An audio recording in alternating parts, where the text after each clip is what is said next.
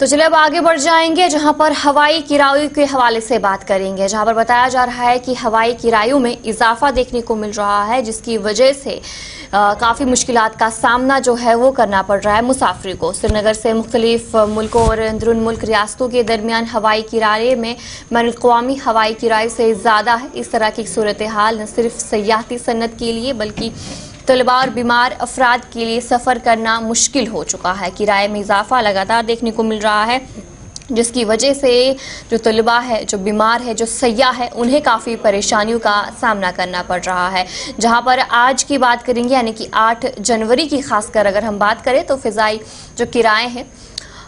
उस हवाले से दिल्ली किराए बरास्त किराया जो है 14,716 रुपये है और बेंगलोर जोन 18,554 रुपये बेंगलोर से किराया है। और मुंबई की बात करेंगे तो 24,695 रुपये और कोलकाता 17,995 रुपये। यानी कि इस तरीके से आप साफ तौर पर देख सकते हैं कि किरायों में किस तरीके से इजाफा है, जहां पर काफ़ी परेशानियों का सामना जो है सयाहों को करना पड़ रहा है। और ये जो किराए हैं ये श्रीनगर से मुख्तलिफ मुल्क और अंदरूनी मुल्क रियासतों के दरमियान ये किराए हैं, जहां में इजाफा लगातार देखने को मिल रहा है। और आज भी जो किराए हैं जिसमें इजाफा देखने को मिल रहा है, जिसकी वजह से जो सयाह हैं, जो स्टूडेंट्स हैं, उन्हें काफ़ी परेशानियों का सामना करना पड़ रहा है। और इस साल के आगाज़ में ही अगर हम बात करेंगे तो तब भी किरायों में इजाफा देखने को मिला था, जिसके बाद तशवीश का इजहार ज़रूर किया गया था। और आज भी 8 जनवरी को जो किराए हैं उसमें इजाफा है, जहां पर श्रीनगर से दिल्ली के लिए 14,000 के करीब जो किराया है और श्रीनगर से बेंगलोर के लिए 18,554 और इसके अलावा श्रीनगर से मुंबई की बात करेंगे 24,695 रुपये जो किराया है वो बताया जा रहा है। सिर्फ आज के दिन की जो ये डेटा है वो सामने आ रहा है। और जहाँ पर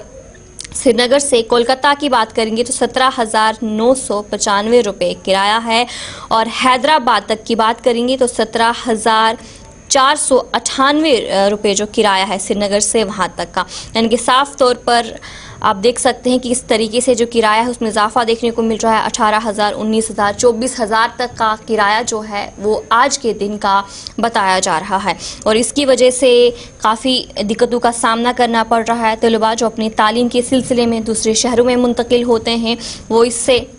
काफ़ी माली बोझ का सामना उन्हें करना पड़ रहा है। और इसी पर हम जानकारी लेंगे, हमारे साथ हमारे नुमाइंदे इरफान फासिल ज्वाइन कर चुके हैं। इरफान, जहां पर लगातार जो किरायों में इजाफा देखने को मिल रहा है और इस साल के आगाज़ में ही देखने को मिला था, जो हवाई किराए हैं उनमें काफ़ी ज़्यादा इजाफा था और आज भी इजाफा देखने को मिल रहा है, कितनी परेशानियों का सामना करना पड़ रहा है? देखिए अत्या, जिस तरीके से मैं इस हवाई किराए के हवाले से बात करना चाहूंगा, हर साल ये मामला और इसी मामले को लेकर कई सारे सवाल खड़े हो गए हैं। हमने देखा कि लास्ट टाइम भी यहाँ पार्लियामेंट्री कमेटी ने बात की और सिविल एविएशन का जो मिनिस्ट्री का महकमा है उन तक इस बात को पहुंचाने की कोशिश की, खासतौर पर वादी कश्मीर में टिकटिंग के मामला को लेकर, एयरलाइंस का जो मामला है सर्दियों को लेकर, इस पे कैपिंग की जाए। इस तरीके से हवाई राब्ता और हवाई किराए की अगर मैं बात करूंगा, कम से कम जो डोमेस्टिक फेयर है वो इंटरनेशनल फेयर में कन्वर्ट हो रहा है। यानी दुबई, मलेशिया, ढाका या काठमांडू की सिटी की अगर मैं बात करूंगा, इनका किराया सस्ता है, बल्कि दिल्ली से अगर जहाज कश्मीर आता है तो इसका किराया तिगना जो है वो देखने को मिलता है। यानी आज भी अगर हम देखेंगे, दिल्ली से जो परवाज श्रीनगर आती है, खास तौर पर सर्दियों के महीने में, इसका किराया 17 से 18,000 रुपए तक पहुंच गया है, जो मैं कह सकता हूं काफी ज्यादा मुश्किलात, जिसकी वजह से खासतौर पर स्टूडेंट्स को, ट्रेडर्स को, बिजनेसमैन को, या फिर कह सकते हैं कि उन टूरिस्ट ट्रैवलर्स को जो वादी कश्मीर आना चाहते हैं। इस बीच अगर मैं बात करूं तो आयोटा की बात करें या जितनी टाई की बात करूं मैं, इन लोगों ने हमेशा अपने मुतालबात जो है एलजी सरकार तक भी रखे और एलजी सरकार ने लास्ट टाइम भी, अगर मैं मुझे याद है कि मनोज सिन्हा जी ने कहा था कि इस पर हम जरूर बात करेंगे और उस पर कैप भी कसी जाएगी, मगर अभी तक इसका कोई रिजल्ट जो है वो सामने नजर नहीं आ रहा है। जबकि ट्रांसपोर्टेशन को लेकर बात करें, नेशनल हाईवे बिल्कुल खुली है, उसके बावजूद भी आप देखिए एयर फेयर जो है वो स्काई रॉकेटिंग प्राइसेस पर पहुंच गया है, यानी काफी ज्यादा हाई प्राइसेस पर पहुंच गया है, जिसकी वजह से काफी मुश्किलात है। अब अगर मैं बात करूं पार्लियामेंट्री कमेटी को लेकर, जिस तरीके से अभी भी उन्होंने मुतालबात सिविल एविएशन या मिनिस्ट्री तक इस बात को पहुंचाया है कि इस पर कम से कम